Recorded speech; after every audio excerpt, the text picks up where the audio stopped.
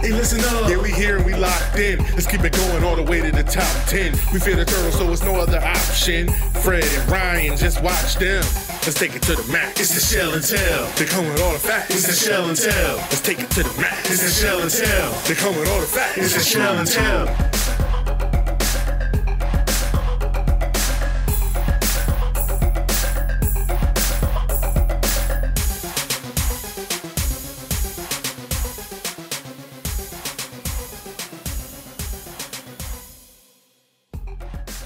What's up, Terp fans? Welcome back to yet another edition of the ShellnTell podcast. It's Tuesday, November 22nd. And on this week's show, we got a lot to digest with this past weekend's game, an unexpectedly close showdown with OSU in the Shell. Yeah, definitely unexpectedly close. You all know that none of us thought it was going in that direction. I don't feel too bad about doubting the boys, that they did it all on their own. And then we'll also look forward to our last game in the Shell, the senior week against the Rutgers Knights, as we look to improve our bowl position and show the progress that we've actually made this year. Exactly that. And with football winding down, we're going to take a look at the basketball team as they are off to a 5-0 start. Impressive start under head coach Kevin Willard, first head coach to move to 5-0. And we take a look at how they've looked over the weekend. Your number 23 Terps. Your number 23 Terps, man. Unexpectedly positive vibes going around the Terps basketball program right now. A lot of exciting things. But before we do, man, let's head over to CQ Stadium. Let's talk about this weekend's game. As I said, Terps now sit 6-5 overall, 3-5 in the Big Ten after a hard-fought and gutsy performance on Saturday, losing to the Buckeyes 43-30, which that score doesn't tell the whole story of the game. Not at all. We were down by 6 points with 9 seconds left and had the dumbest touchdown ever. Fuck that score. But the Terps came into this game as 27-point dogs, and the three of us called for a shellacking after what we saw against Penn State too. So it wasn't just them, it was us as well. But let me tell you, this team showed a lot of heart and will to fight and leave it all on the field the way that they did. I was really proud of the boys. I mean, at one point they led 13-10 at half. And at that point, I was kind of questioning whether this was reality or not, or was things still going to fall apart. But, as the game went on, I mean, they were down 33-30 with 2 minutes to go in the game. Just couldn't get the big defensive stop that they needed. But like I said, man, this team showed the world and showed us a lot of heart, a lot of grit, a lot of fight.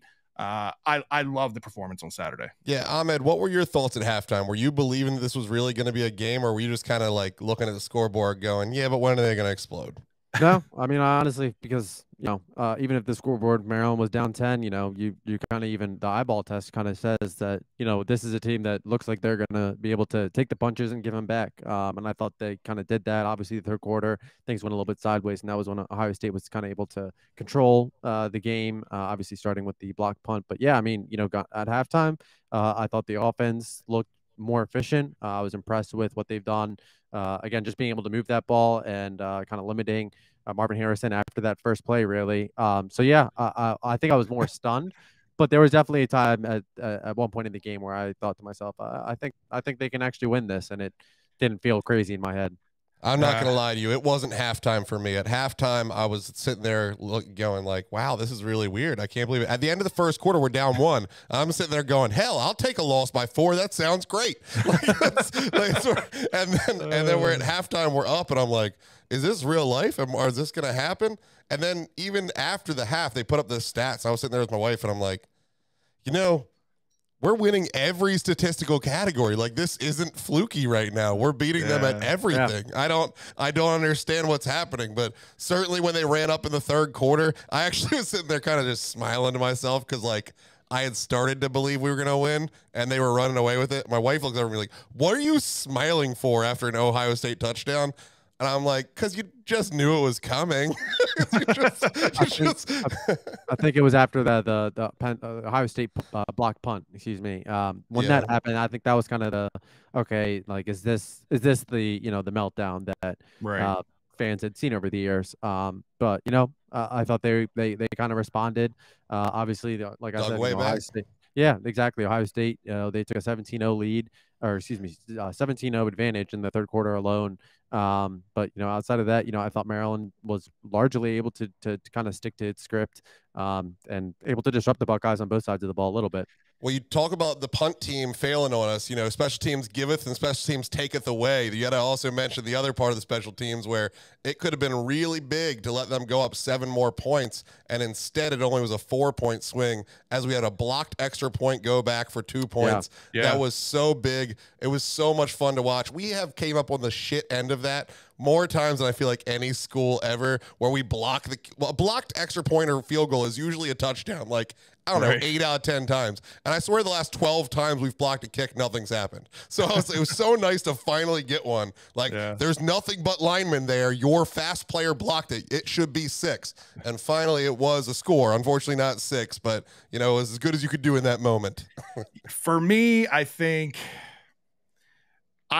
the way that the game started, the first drive, the catch that Marvin Harrison made, I thought immediately, I'm like, yep, he's going for 200 plus yards. He's going to have 15 catches in this game. This is just kind of what we thought was going to happen with this game. That's what's going to happen. But then, after that first down, honestly, or after that first drive, really, they shut him down. He wasn't really much of a factor for the rest of the game. Couple little things here and there. But even when we got to halftime at 13-10 with that lead, Ohio State traditionally this year has been a slow starting team. They've been more of a second half team. So this was just kind of par for the course.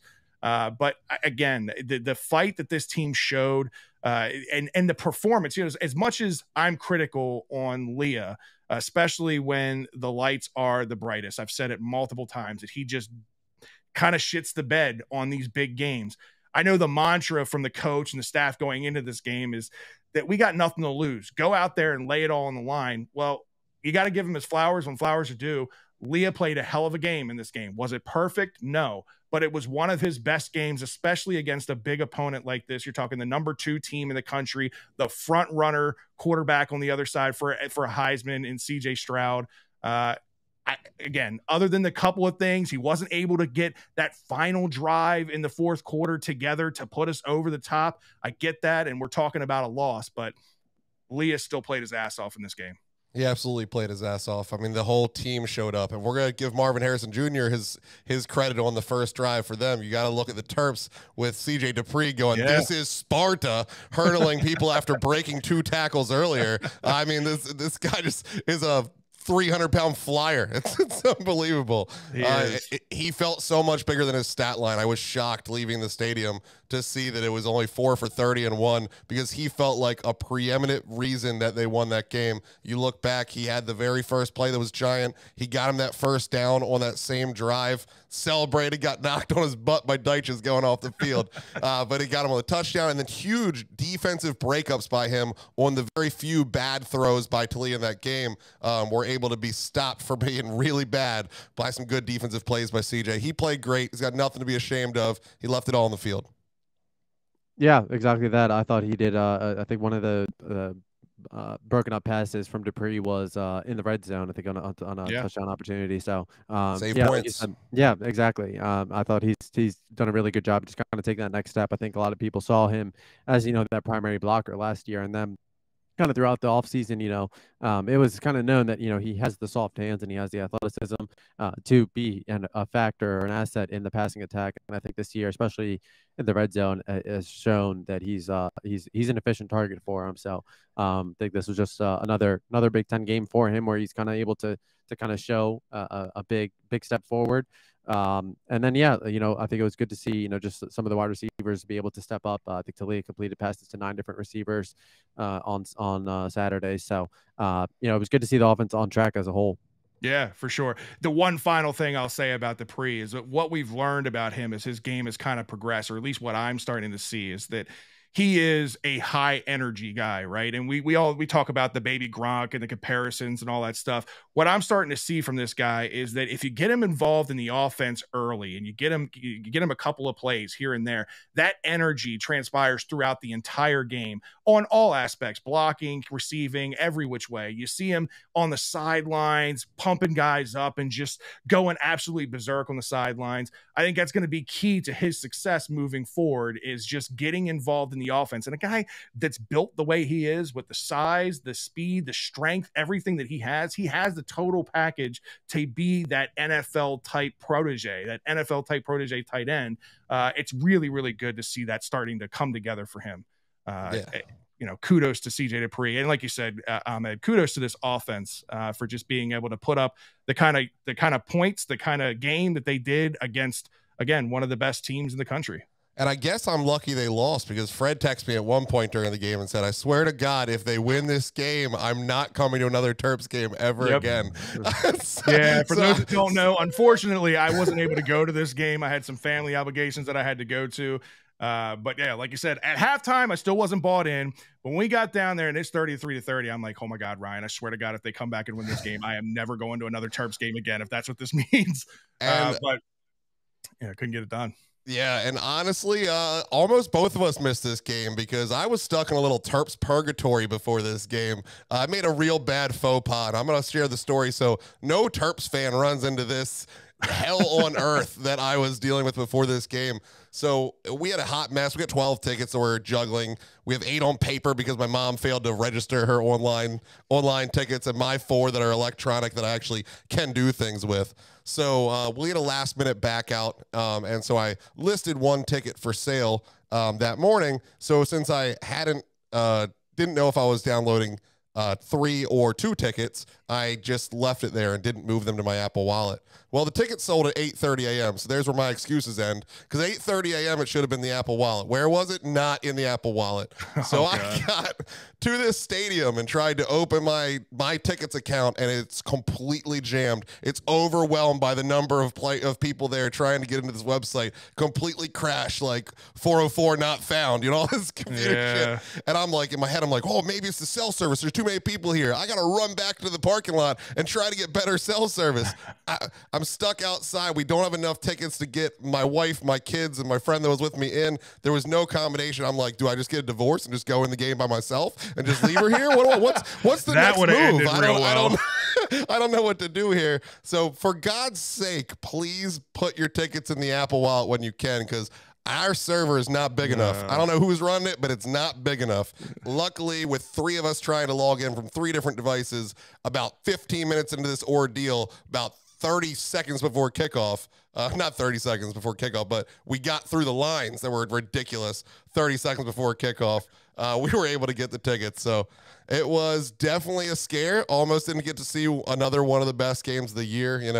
It's sad that in 2018, the best game of the year was a loss, and this year, possibly the best game's a loss. But, we've still made a lot of progress. Progress. Maybe I'm glad I did miss out on that game. I'm sure you were a ton of fun to be around for that 15 minutes of hell. I tried really hard to not be a problem, because I knew it was my fault. It was no one else's fault but my own. But I'm sure I wasn't good. Sure, that went swell. Oh, man. All right. So outside of that, I mean, how was the crowd? How was the environment? I mean, Ohio State fans typically travel pretty well for their team. On TV, it looked pretty good on their side. I don't know if they sell beer in Columbus, Ohio, but they were drinking like it was going out of style. Because of my delay, I was trying to go to the bathroom before the game. Not going to happen. There was a 50-person line out to the middle of the aisle there. Went down to the seats to watch kickoff for a while and everything. Every 12 seconds, I had to stand up for somebody to go get a beer or to go to the bathroom. My legs were eaten before the end of the year. My wife was all stressed out with the girls there, because all these drunk people have no mind for the 5-year-old that they're falling on top of, much less the rest of us. And then 2 of them wanted to fight me on the one time, hey, you suck. Oh, God. The hey, you suck didn't get them. But on the last time through, I went, hey, you suck, and Michigan's going to beat the hell out of you, and you. And that sent him over the edge. Yeah, I had this guy look at me. I mean, he was a big dude, but he was short, and he was in the steps below me. I'm pretty sure it would have worked out just fine for me. But he said one of the dumbest things I ever heard. He said, I've been sitting hearing this all game, and I let it go, but that's too far. I won't hesitate to mow you all down. I don't know who you all is, because Fred's not there. So it's me. My 60-year-old dad's the most intimidating one left on the rest of the field. An 85-year-old man and a bunch of women and 5-year-olds. So I don't know how tough this guy was, but That's first time I've seen them challenge 5-year-olds and old women. So it was. We were told by Michigan fans like bring an armed detail to Columbus, and honestly, after this game, I kind of believe them. I think it's going to be a problem when we go there, Fred. We need bail money. We need to bring bail money. I'm looking forward to it. That's going to be a fun time. I don't care. The alcohol, though, makes sense, though. I mean, you had two fan bases on very different ends of the spectrum. You had the Maryland fans coming into this game thinking, well, to get through this game, I'm going to need a whole lot of alcohol. So they were probably drinking real early. And then you had the Ohio State fans who were on eggshells pretty much this entire game because it was never out of hand, right? They never had control of this game really until the last 6 seconds of the game. So they're probably just drinking to kind of calm their nerves and whatnot. So the alcohol is not surprising, but the bitterness and the reaction of the fans, that's a little disappointing. But I know you had some red zone thoughts too, Fred. You would text me about that. So yeah, I wanted to talk a little bit about the red zone. There's positive things to take away from this and some questions that I wanted to bring up with you guys. So in the short yardage goal line situations, we saw a couple of jumbo packages, which obviously somebody out there is listening because I know we brought it up a few times on the show. Joseph Burns is out of the missing persons list. Right. When are we going to see Burns? He was out there. He was involved. They had these jumbo packages. But instead of running a couple of times, they try to throw. Now, granted, the one, it worked. It went to C.J. Dupree. We got the touchdown out of it. But when you're running, when you've got those formations, again, this is the first time you're doing it. Were you guys kind of taken back or surprised that they didn't just run the ball? Yeah, I thought so a little bit. Obviously, like you said, it worked out with C.J. Dupree. It also worked out with, it wasn't a jumbo package, but just the play calling. But on that fourth down where Talia was able to find Deshaun Jones, that was more of just a great play, great catch by Deshaun, because that was ugly kind of from the start.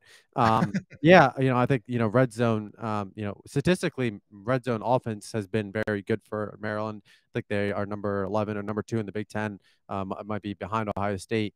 But yeah, I mean, just you have, especially get a guy like Joe Burns, get Austin Fontaine out there, get CJ Dupree out there, and then have Antoine Littleton right behind them. Kind of feels like if you're not going to get a touchdown, you're going to get a little bit closer to it. So I think that was a little bit frustrating. He got even more creative on that. A couple of times I saw it was not Joseph Burns out there. It was number 33, Nasila Kite was the one in the backfield. So that was kind of unbelievable to me. Again, I was, I'm sure he's a big, bad man. I've seen him do some things on defense. In fact, I actually met his brother walking to the game. That was he was nice. Walking next to us, and he just looked down. He was carrying a baby, and he looks at his baby and says, "You ready to see your uncle play today?" And my wife picked it up. She's like, "Who's your brother?" Like, I started talking to him, and so it was his brother. He was cool. We started talking. I think he ended up taking the wrong turn talking with me because all of a sudden, mid-conversation, he whipped the Yui and ran back away. I never saw him again, so I think he got a little distracted and away from the pack on that one. But he was real nice, and I was glad to see it. But yeah, it was interesting to see the defensive lineman back there. I liked the play calling. Was did it get the job done? No, but or it did at times, clearly. But I just didn't think that it was as bad as Fred was saying. Because Fred was like, "What's the red zone play calling looking like? We need jump balls, we need everything." But I just appreciated that was the other part. The other issue I had was not in the short yardage situations, but when you're 10, 15 yards out, you've got a 6'4" receiver in Dante Demas. You got a couple of 6'5" tight ends in Dupree and Deichus, but you're not using them in these jump ball situations, these corner fades, anything like that where you can use that size to your advantage.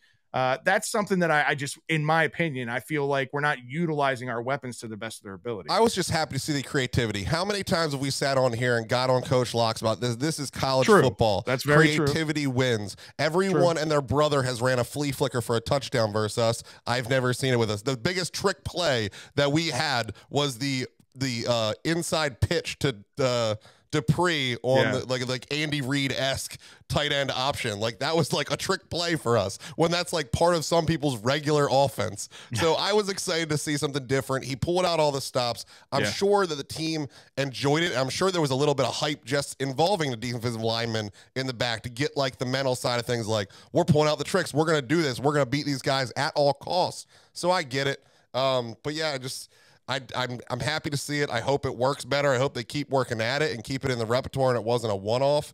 But yeah, it's the runs you would have thought would be more successful. There were a couple. I do want to go back to the Deshaun Jones touchdown because I just rewatched the game a couple hours ago, and one of the most underrated parts of that Deshaun Jones touchdown is that ball was like 9 inches from Hemby's face, and Hemby knew it wasn't his and let that ball through. Yeah, because as a freshman in that high pressure 4th down situation, he could have tried to catch that and fuck it up real easy. Yeah. that was huge in that moment. Yeah, agreed.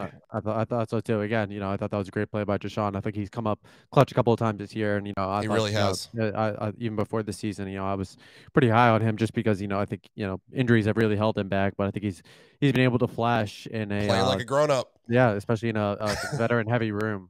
So it's been a welcome sight so far this year. Yep, erased the 15-yard penalty since early. That was the biggest negative him always. Yeah, so he's done great. He's done better the lot since really SMU. Yeah. Now, I know they put up 43 points. We all know it wasn't 43 points. It was really 36 points. But at the end of the day, you switching gears, go on the defensive side of the ball. You got to be happy with their defensive performance in this game, especially in the secondary. I know we were able to shut down Henderson in the run game early, but then the backup back came in and kind of ran at will against us a little bit, up the middle. But secondary-wise, probably one of the better games. Again, you're going against a Heisman candidate in CJ Stroud, and I thought they held their own. I think there wasn't a weak spot between Deonte Banks and Still and Bennett. I mean, everybody played well in that secondary. Yeah, and a top 3 wide receiver in the nation, and Marvin Harrison Jr. Like it's to bottle him up the way they did was really impressive, and you could see them just hype from beginning to end, just really into it, locked in, communicating. There was the couple lapses in things that could have gone great. It was a little bit of over pursuing on the fumble on the 5-yard line where the guy ran to the player and not the ball that was laying on the ground easy. There was the offsides that continued the clock eating play by Cowan late in the game. But overall, there was just unbelievable play. And then the biggest bonehead of all time, I know that you text me about this too, Fred, King Basode with that 15-yard penalty, which was a patty cake hit 10 minutes after the ball was gone. That's got to be one of the dumbest 15-yard penalties I've ever seen. Yeah. I don't care how much of a patty cake hit it was. It was stupid. But I know. But if you're gonna do that, you might as well get ejected and end something. All right, you don't just like make his shoulders come back slightly. What was that? That's getting called. It's getting called. There's a back judge. He's standing there. It was the worst. I texted you that the minute it happened, he wouldn't see the field for the rest of the game if it were me, if I was coaching. I didn't honestly pay attention. I don't know if he was back on the field after that. I saw Locks kind of get into him a little bit on the sideline, and after that, he just kind of disappeared. I didn't see him much for the rest of the game. For good reason. Yeah, I didn't think, I thought obviously that was a stupid penalty, but, luckily for Maryland, it was just, one of a handful of inopportune plays, I'd say. Yeah. But yeah, just really can't have that, especially for, a second-year guy that probably steps into a big role next year. But especially you need that defensive line. Rushing attack. They did well in the first half, kind of forcing Ohio State to go one-dimensional. But then DeLon Hayden, he did a good job the second half. I think he finished with 143 yards in the second half. I thought it was an impressive performance by the defense, and like you guys said, the secondary. I thought even. It's funny, Marvin Harrison Jr., he wasn't, expected to be the number 1 guy, obviously an extremely talented player, but going into the season, he wasn't supposed to be the guy for him. And it's just kind of a testament to just how strong that room is. And I thought, especially for a unit that's really struggled with, PIs, holds all season. I know Jacorian Bennett got called for a questionable pass interference. From my perspective, I thought, it was I thought it was just a holding. I didn't think it was a PI, Same. But again, it's just, overall, 95% of the time, Maryland's defense did a good job making Ohio State, play into Maryland's defense a little bit. And one of the things that makes Marvin Harrison Jr. so good now that I've got to watch him up close is he offensive pass interference is on almost every play, but he gets away with it. He's good at it. Yep. That even the one that he got called, on the very first play, like there was both offensive and defensive. Yes, we hit him early, but he also pushed off. That's why he got back into him. So like that was constant all game. Luckily, he didn't toss it. Any of the best receivers in the NFL, they're all that way. Devontae Adams Adams is that way. Stephon Diggs is that way. Everybody knows how to create separation illegally, but without anybody knowing about it, without anybody seeing. His father, Marvin Harrison Sr., was great at it when he played as well. So I'm sure obviously he's been taught very well from a young age on that. But that kid's going to be something special, and he's going to be a lot of fun to watch on Sundays for sure. But again, it's as much as you can say that it's a happy loss. I mean, it's a loss that I feel good about. I mean, that's kind of where I'm at with this. I fully expected to lose this game. The fact that we were in it, I even texted you at halftime and said the fact that we're at 13-10 and a win, it's already a win in my books, regardless of what happens in the second half. And to stay in it all the way till the end, the way that they did, again, it just goes to show the direction of what this team is. This is now the number 4 team in the nation, Michigan, on the road that you lost by 1 possession. You take the number 2 team down to 6 seconds left in the game. Again, I know it was a shit show versus Penn State, but it was one shit show so far this season. We got 1 game left to go before the season's over, so I'm not going to say hopefully that was not a shit show or it changes every yeah. But I mean, for the last few years, it's been 2, 3, 4 games that the team just completely falls apart. Yes, we're sitting at 4 losses right now, but honestly, it's just the Penn State game that I feel terrible about the loss. Yeah, Wisconsin, we lost to the weather. Penn State, we lost to a team. It's terrible loss. It was bad. It's okay to feel good about this loss because, again, it was one of our 2 goals. Our goals was to increase the wins, to get to 7, 8 wins, and to not be embarrassed by the big dogs. And this was not embarrassing. This was a good showing versus the big dogs. Do we want to win a couple of these? Sure. Of course. You got to get over the hump at some point. I get that. At some point. But this was part of the growth of this culture, so it was a necessary step. Yeah, I mean, I think more of, I think, well, next step is definitely win. I think, just kind of with the performance this weekend, I think what it does is kind of validates, that Locksley, I mean, that was the closest that Maryland's played Ohio State since 2018. I know they didn't play in the 2020 season, but, Nicholas Harbor, he was a guy that was on campus for the game. I believe he stayed throughout.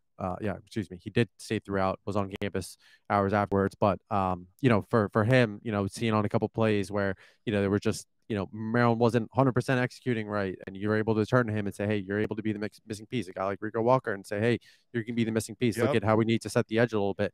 Like that's what it helps validate. But I do think that, that getting to that next step, like if Maryland beat Ohio State, that would have been huge because, look at Nick Carver, Shane Beamer he's just still getting things going down in South Carolina.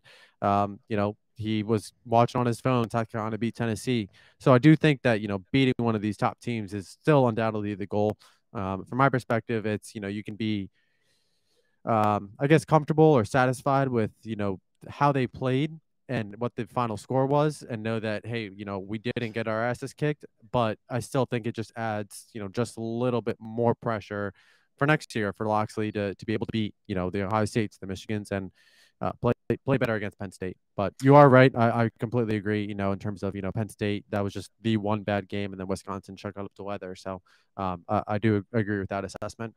Yeah, I just feel like we're taking steps in the right direction. Of course, we'd like to skip a few steps on the way and get to where we want to be faster.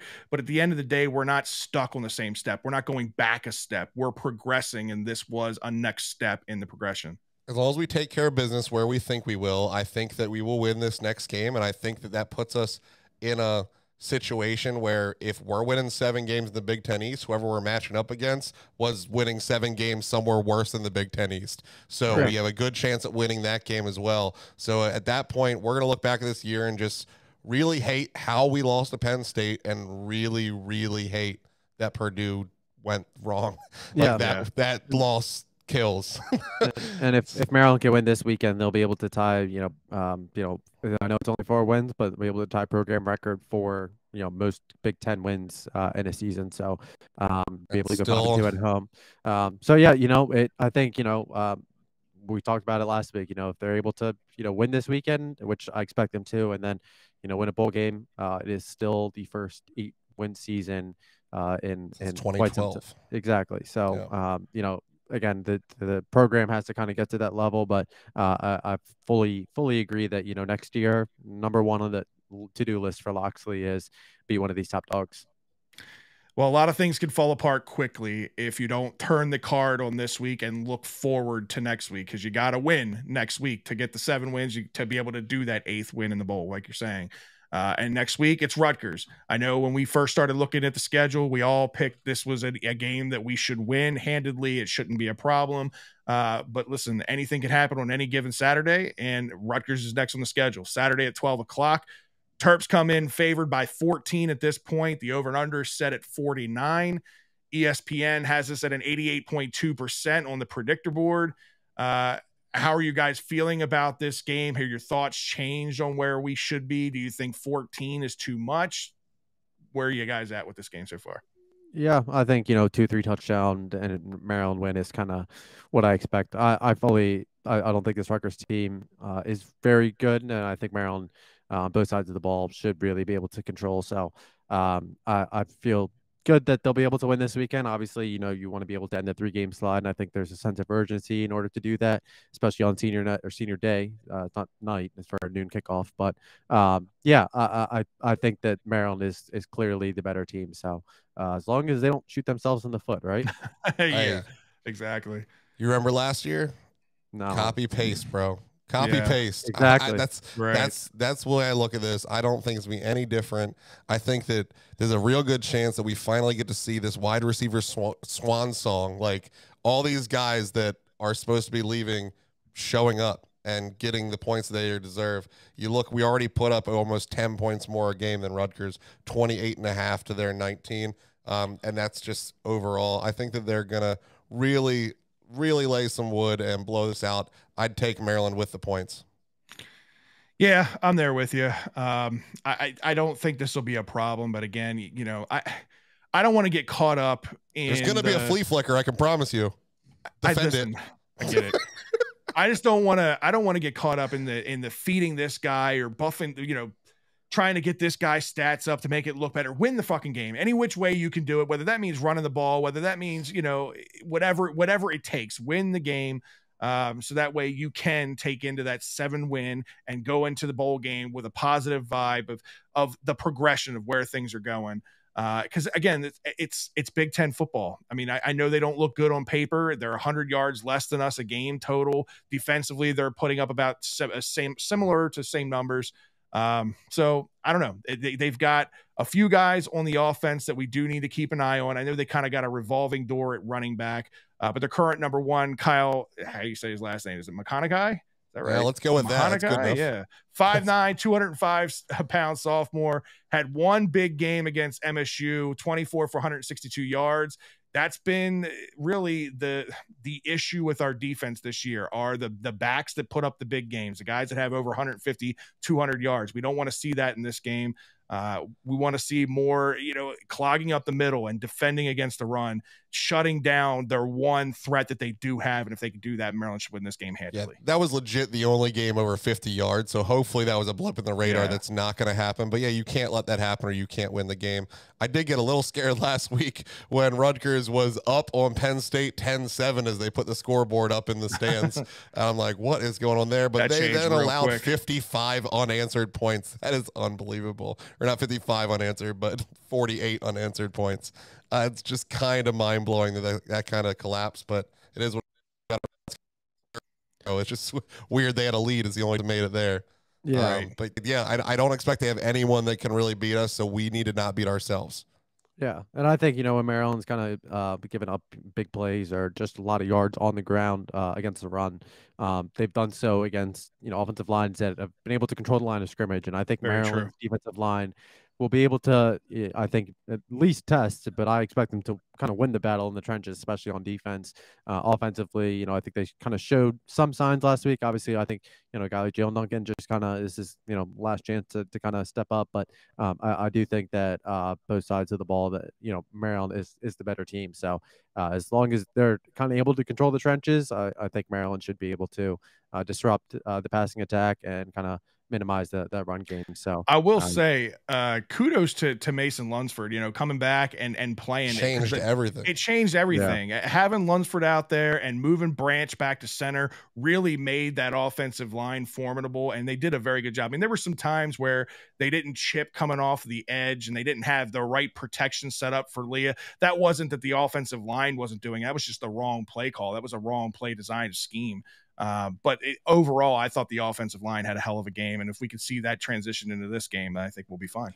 Yeah, one guy was the problem child, the only one that had us excited for this year. Jalen Duncan just keeps getting beat. I don't understand how it was the linchpin. Like when he announced he was coming back, it made the and gave us all so much hope. But I just don't understand. It's like he just turns and is watching the guy run it to Leah. It's mind-blowing every time I see it. Yeah. All right. So what do we expect to see this final week in the Shell? Ryan, I'll let you start it off. What's your prediction for this game? How do you see it ending? I mean, just goes down to their signal caller. You look at, they got a sophomore, Evan Simon, with more interceptions than touchdowns. He's got 4 touchdowns, 6 interceptions, 750 yards on a 56% passing. I think our defense is going to really show out. We're going to finally get our hands on some more balls like we did versus Purdue, and then we're going to make them count because it is senior week and they're going to score. So I think it's going to be big. 45-13. 5-13. All right, Ahmed. I'm a little, I guess, a little bit close to that. I got 33-10 Maryland. I just, again, I think Maryland's going to be able to kind of click on offense. I think Robin Hemby is going to have a touchdown of 50 yards or more on the ground. Okay. That is my hot take. I just feel like he's due at this point. It's been a couple games since we've really seen him kind of take over, and I feel like this week, don't know why, but I just think that Maryland skill players on both sides of the ball are dominant. And again, for Maryland to be able to end this 3-game slide, they have to win this weekend. And I'll be curious to see, what happens if they win this weekend. How does that alter the bowl projections, things like that. I think, this is a pretty marketable team, especially with, Talia Tagovailoa at quarterback, and, on a national scale, everyone knows him as Tua's little brother. And especially with, just the NFL potential on both sides, a lot of players. I think it'll be really interesting. So I think first off, Maryland has to take care of business, and I think they'll be able to cruise their way to that. Yeah, I think we're all pretty much in the same boat. I'm going 38-17 Terps here. If I'm going to make a bold prediction, I'm going to say it's going to come from special teams in this game. I see Octavian Smith returning one to the house in this game. I think that he's due. He's having a big year. You can see that he's so close on so many plays from breaking loose. I think that this is the game that he does it. I don't know. I think this is a game that if we just play clean football, if we play like we're supposed to, the scoreboard will take care of itself. Exactly. So we'll see. I'll be interested to see what the crowd is. Noon kickoff on BTN. It'll be, like I said, last game in CQ Stadium. I think I'll have a lot more space in this one. I think it'll be a lot easier. I don't think I'll be standing up quite as much. I don't think the girls will be in any danger. I think everything will be fine on this crowd. And honestly, we looked at each other last week. You're like, we kind of, take for granted how nice it is that no one comes to the games. Right. I did want to get your guys' take on the latest bowl projection, because as of right now, the latest that I'm seeing would be the Guaranteed Rate Bowl, which is Tuesday, December 27th in Phoenix, Arizona. Current matchup could be Kansas or Oklahoma, I've seen as well. What's your guys' takes on going to Arizona? I mean, it's kind of far. I don't know how the Terp fans are going to travel for that. I know you and I probably will, Ryan, but I don't know. Sounds like a lot of time off work. Whereas don't tell anybody where I am. Yeah. I'm cool with anywhere warmer. I hear that. To be blunt, New York wasn't too far away, and I can't say they were. It's not like we packed Yankee Stadium, so. Yeah, we're packed with everyone that mattered. We did great, and it was awesome. So I mean, I'd be cool with it. I think I saw Texas Tech and, like you said, Oklahoma, Kansas. Some of those. It feels kind of weird. I think Kansas would be a kind of a fun matchup, just kind of with Kansas's their rise this season. I think that'd be kind of intriguing. Oklahoma would be kind of cool. I don't think that Maryland and Oklahoma. I think they played once or twice in the 50s, if memory serves correct, but. Yeah, it'd be kind of cool to see some former DMV talent go up against Maryland in that one. So, but yeah, destination, like I said, anywhere warmer than here, I am perfectly fine with. Yeah, I'm on board with that too. I just, in last year's game in New York, it felt like Terp fans traveled well. Obviously, it's right up the, what, a 3.5, 4 hour drive right up the road, right? So it was easy. That's the only thing I'm a little bit worried about is what the turnout would be for a game like that for Terp fans. I can tell you the last one before this was the Mobile, Alabama Bowl, and no one was going. Just the parents of the kids. So, like, you're not getting the DMV crowd to go tour Mobile. That's just not happening. All right, guys, let's switch it over to the hard court. Let's go over to basketball, man, where things are really, really exciting now for the Terps. 5-0 start on the season. They currently the number 23 ranked team in the country, according to the AP, 25 in the coaches poll after winning the Hall of Fame tip-off championship over the weekend. Look, Terps weren't even receiving votes for the top 25 just a few days ago. And to go in there and dominate this tournament the way that they did and to be in the top 25 now far exceed my expectations. I know it's early. I know it's only 5 games into the year. But these two teams in St. Louis and Miami were very marketable teams. They were teams that were just fringe top 25 heading into this tournament. Yeah, and I think especially Miami, I thought I thought it was going to be really interesting to just see how they played because, just being a guard dominant team, I thought it'd be kind of interesting, with Maryland, not having the biggest lineup, how much do we see Dante Scott and Julian Reese out there, how are they able to run it? And turned out it just didn't matter. I just thought the first 3 games that defensively, you expect the defense to kind of be able to control or hold its own, especially against, smaller opponents or lesser, non-power or not high major programs. But I just thought for that to continue, the way that they're playing defensively and obviously just being able to shoot the way that they have, shooting over 50% through the weekend, I thought it's just been the results have been great, but how they've also been playing has just been equally as fun to watch, honestly. Yeah, all 5 games they won by 18 points or more. And really, like you said, I mean, this team's just still learning to play together. I mean, defensively has been the biggest surprise to me, how they've played and gelled so quickly on the defensive side.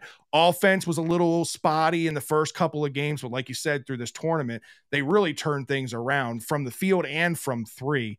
Dante Scott just playing at an absolute a beast of a level right now, named the tournament MVP, 24.5 points per game in the tournament, 6.5 rebounds, shot 68% from the floor and 55% from 3. I know, Ryan, you were a little worried about Dante Scott. Fine, I'll get on the board with skinny Dante. Fine. But skinny Dante is still able to dominate down low and outside. He's still the same player. He's just more athletic. He's more fluid. He looks like a better ball handler. Like all of the things, he's really rounded out his game so far. He looks really, really good.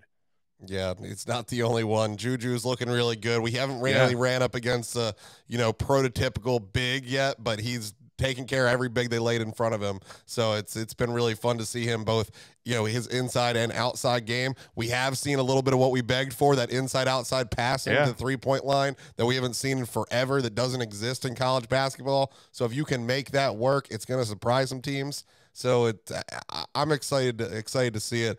Everything that Willard has told us is coming true on the court. That's what my measure is at this point. It's too early for me to believe in rankings. These rankings are star ratings right now because nobody actually knows how good the teams were that you beat. I was told Miami football was the greatest thing since sliced bread, and they're terrible. So maybe Miami basketball sucks too. So I'm not too worried about the rating. I hope it stays forever. But what I'm excited about is everything Willard told us from the day he got here is being shown on the court. He really wants to play faster. He really wants to run the traps. He really wants to do the things that we fell in love with at Maryland basketball during the Garrett Williams era. Yeah.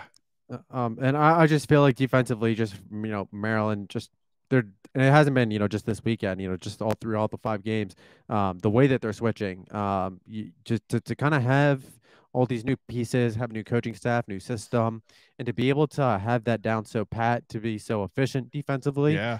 I think that is kind of what sticks out most. And for that to continue against Providence and Miami, and you guys are right, both of those schools, that they could end up, or teams, excuse me, both of them could end up being, disappointing this year. But But I feel like, and I actually, Ben Page was talking about it, I think on Facebook, and I said, they could have, they could have gone 0-2 this weekend. They could have gone 1-1. And I feel like just the way that they're playing is what has me most fired up. So, Yeah. so we'll see. Yeah. I think it'll be really interesting. Obviously, they get Coppin State this weekend, Louisville right after, and then it's a tough 4-game slate. So, but then their first test, I mean, they have blown it out of the water in my eyes. I was a little worried at the end of that game because Jameer Young was turning the ball over like it was going out of style. All of a sudden, right at the end, they were while they were crawling back, and he was our question mark we talked about last week. Like, at this next level, can he be what he was? Clearly, at the beginning of the year, versus the teams he was already playing against the last few years, he was fine. And for the most of that game, he was. But really got to get those turnovers in check because all of a sudden they had figured him out late in that game and were picking his pocket, and that can't happen if we're going to be this good. Well, that's fair, but I will say that Maryland did have a 10-point lead. I think it was from the 2:47 mark of the first half. Starters were still out there. I mean, you're right, 100%. If we were turning the ball over with someone that wasn't our starting point guard, I wouldn't have worried about it. It was still our starting point guard. I think that's fair. I think they only had, I think it was 1 turnover. I think it was like the 12-minute mark of the second half, and then I think they had 5 or 6 across the last 7 minutes. I mean, turnovers. Most of the game was great. Yeah, the turnovers. I'm like, oh no. that was really the only time it felt like Miami was kind of chipping away. But other than that, I mean, I thought Maryland really controlled that game. Was disappointed I didn't get a chance to watch like the full St. Louis game live because it was obviously football, hectic day. So I was actually going to the facility, then going back to the press box, and I would see it. And I think the first time I saw was they were up 10, and the next thing I saw they're up 25, and I was like, what the hell happened? I was like, is it us or is it them? And they're like, no, it's us. I was like, okay, wow, I can get on board with this. So like I said, they've really knocked it out of the park in my eyes this year. And like you said, and you're absolutely spot on. Defensively, like I said, has been the biggest strength so far of this team. And when I talk, 8-man rotation, Ryan, and things that we've seen in the past, and wanting to see that, I don't necessarily mean does that mean that we have 8 scorers. What we're seeing is with the 5 scorers that they have in their starting lineup, you have to have 2 or 3 of them on the floor at all times. But those other guys that rotate in and rotate out, is there a drop off defensively? Right. And we're not seeing that from everybody, from Emilion to Jahari. Like, all of them that step in have done very well defensively, and just let your 5 scores be your 5 scores. They can carry you through. You just don't want to see those where you have a 20-point lead drop down to a 5-point lead in a matter of 2 minutes because they can't defend the ball. You're not seeing that with this team. And again, to your point, Ahmed, to be doing this so quickly just goes to show the kind of impact that Kevin Willard has had on this program already. And that was one of the things I really wanted to dive into this week, because what he's done, I mean, there was a lot of critics. There was a lot of questions whether this was the right move. Was this going to be the right hire? We all knew that something needed to change, that something needed to happen. The Mark Turgeon era was over. Danny Manning wasn't going to be the right guy to manage this team moving forward. But was Kevin Willard going to be the guy? And in 8 months since his hiring, I mean, he has really just knocked it out of the park. You got to think where it starts, right? It started with coming in and kind of just getting the respect of the current roster players, right? It's because the key pieces, Dante Scott, Hakeem Hart, Juju, you had to get them to buy into the vision. If you didn't want to have to completely start from scratch and you wanted to have a competitive team your first year out there with, obviously a short window to recruit and to get guys in there, you had to keep the heart of the team together and have them buy into the vision. He was able to do that. Check that. The next step was building a staff around with his connections to the area. He was able to do that. Check 2. Getting involved quickly on the recruiting trail and adding some pieces to kind of round out the roster to fill in around Dante Scott and Hakeem Hart and Juju. He was able to do that. Gets Young, gets Carey, gets Emilion through the portal, bringing in one of his guys from Seton Hall and Jahari Long, right? Noah Batchelor, getting him late. All of these commitments that they got really within a couple of months is super impressive. And then obviously picking up on the recruiting trail, and again, in a small window, to land a consensus top 20 overall class for next year. We talked about Lamuth and Kaiser and Harris Smith, the guys that they got and they inked on paper the other day. That's huge. That's huge. And to start his first season off at 5-0, what have we seen from the product? That was going to be the biggest question. What are we going to see on the floor? is there going to be changes. And everything that we've asked for, the press defense, the tempo, the scoring, everything has been good. I'm just really, really happy with the progress that he's made in such a small window. I just hope that not only am I buying in, are the fans going to continue to buy in? Because obviously you have fans on very different ends of the spectrum here, right? You had people that wanted Mark Turgeon out for a long time and that didn't care who that replacement was. They just wanted Turgeon out. Then you have the other guys who are the true Turgeonites who will defend Mark Turgeon until the end. Were they going to be able to get those guys on board? And I tell you, maybe at Xfinity Center right now, they haven't bought in yet. If you're looking in the stands, you're still waiting for the crowd to show up. But you had fans at the tournament chanting Willard's name. You're seeing a very, very positive social media response from fans. So to me, everything is on the up and up, and everything is really looking up with this program. You know how it is. UCLA will bring the fans out. And actually, it's December 20th, so the students won't even be there. So we might be disappointed on that one, too. December 14th. Oh, December 14th. Okay. Yeah. So are they still there at that point? I think that's like right at the end of exams, so probably a little bit. So we'll see. Yeah. But I think they got Illinois on December 2nd, so that should draw a good. That one should be all right. Yeah, because they're playing even better without Coffee Cockburn. That will you don't get to determine how your name's spelled, sir. But what I've seen so far, when you look back at the coaching tree of Maryland, you just talk about the two most recents in Gary Williams and Mark Turgeon. They brought two very vast differences to the position, to head coaching. You had Gary, who would maximize effort and ability from the lack of talent that he had. He wasn't able to recruit big guys in, but he got the most out of the guys that he got by his coaching style. He didn't want them, really. He didn't want the All-Americans, and once he got them, he started losing. So he might have been right. Right, exactly. But that was his approach, right? And then on Mark, he was on the opposite end of that. He could recruit in the talent that would carry him through his shortcomings as an in-game coach. He wasn't a great in-game coach, but he had the talent that would keep them competitive and make them a top 25 team here and there, and in some tournament runs here and there. I think that Willard has the ability to be a perfect hybrid combination of what they bring together in their strengths. He's a good in-game coach from what I've seen so far. He's getting the most talent out of his guys that he's got there. And he's got the ability, obviously, to hit the payment and bring in some marquee names. He did that in this class already, and he did it in no time. I don't know. Again, I just got really, really strong vibes with this team, and really, I'm high on Kevin Willard. I'm buying in. Yeah, I mean, I think everything. I said this over the weekend. I think everything that he has shown so far. I mean, again, sample size is small. It's only a couple, 7-8 months at this point. But everything that he's shown shows that he is capable of being the guy, which is validating. If you're David Evans, Colin Sorm, the people that make these decisions.